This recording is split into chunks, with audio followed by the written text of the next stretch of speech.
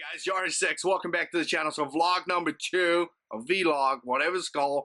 Hurricane Matthews came by and obviously did a lot of devastation. I mean, at one point, bless the good Lord, that the hurricane moved to the right and it slowed down its speed, going from a category 4 to a category 3. And again, the fact that it moved a little bit to, I want to say it was like 20 clicks to the right, it kind of minimized that impact. So because of that, we were truly blessed, and we were, able to sustain something that could have been totally different. Now, guys, I got to tell you, I'm going to give props to the city here, to the states. To me, it looks like they did a pretty decent job. I mean, a lot of information was coming through. We were able to be informed. We had the flagger. EOC, Emergency Communication Center, whatever that's called, where we were able to make a phone call and gather information from those guys. Called several times and they gave me good information, who's evacuating, who's supposed to stay where, and all that stuff. It was a curfew here in the city, 7 to 7 in the morning, and again, that was made for the point that, you know what, they just need to have those roads open in order to respond to some location and to minimize the casualty. Some people will be out there doing dumb stuff, and again, then they're gonna get in trouble, and they're gonna call 911, and then our police officers and emergency personnel got to put their life at risk because you were doing something dumb. I mean, to me, that's not okay. But again, guys, here's the deal. This hurricane actually gave me a lot of things to think about. If you haven't watched episode 1, watch it. I'll put the description down below for you guys to check it out. But today was more like a cleanup day. What we did was that we put everything that we used, we fortify the windows and things like that. We put everything into the garage. We actually went out there, cleaned the driveway.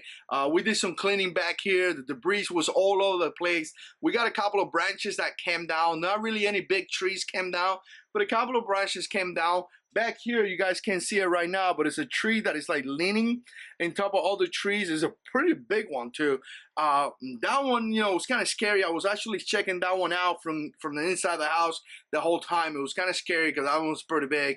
And there is another one back here that kind of did the same thing. I kind of live between a lot of trees, so I was kind of worried about that, but at the same time, trees kind of stopped the wind from hitting the house. So overall, we made it alive. A lot of you guys been praying for us, and we definitely appreciate that. But overall, today what we did was that we put everything away, and we did a couple of things. Now, we are 2.5 days with no electricity. So one of the things that I was getting kind of worried about is our food, right? We have a fridge. You guys know I have a baby in the house. So we pulled the generator out here, and I got to tell you guys, having that generator is amazing. We run some cables in the inside. We were able to power that generator. Now, the problem that we are having is fuel. We don't have that much fuel, and every gas station is supposed to be closed, or actually it's closed. Me and little brother went all over the place looking for gas just to have some spare gas, and all around here in the neighborhood, and there's nothing. But again, we had enough fuel. We have enough fuel to be able to power the fridge, and now we have that fridge closed. So now we're probably good for another day and a half, most likely. We also charge a battery. Some of the things, like you see the battery right here. You actually see another light right here that I got. All these lights, guys, are being charged. One of the things that I like is they're sharing the same batteries and are being charged every single day. Another course of action that I have is my car. I have a plug in my car, so I'm able to charge batteries through that. Again, I'm also able to charge cell phones as well. So overall, today we put everything away. We ran generators to be able to get some power here in the house. We charging all the batteries, charging all the cell phones, and spending time with the family. I mean, at this point, it's kind of dark. There's a lot of crazy people out there. My wife just, was telling me, hey, I just heard some noise. So we have a good security in place. We're staying here with the family, and that's what you want to do. Here with the family, we're able to talk to each other. We're able to support each other. We're able to cover each other's back. And one of the things that we heard, constantly from the news is that they're not going to respond.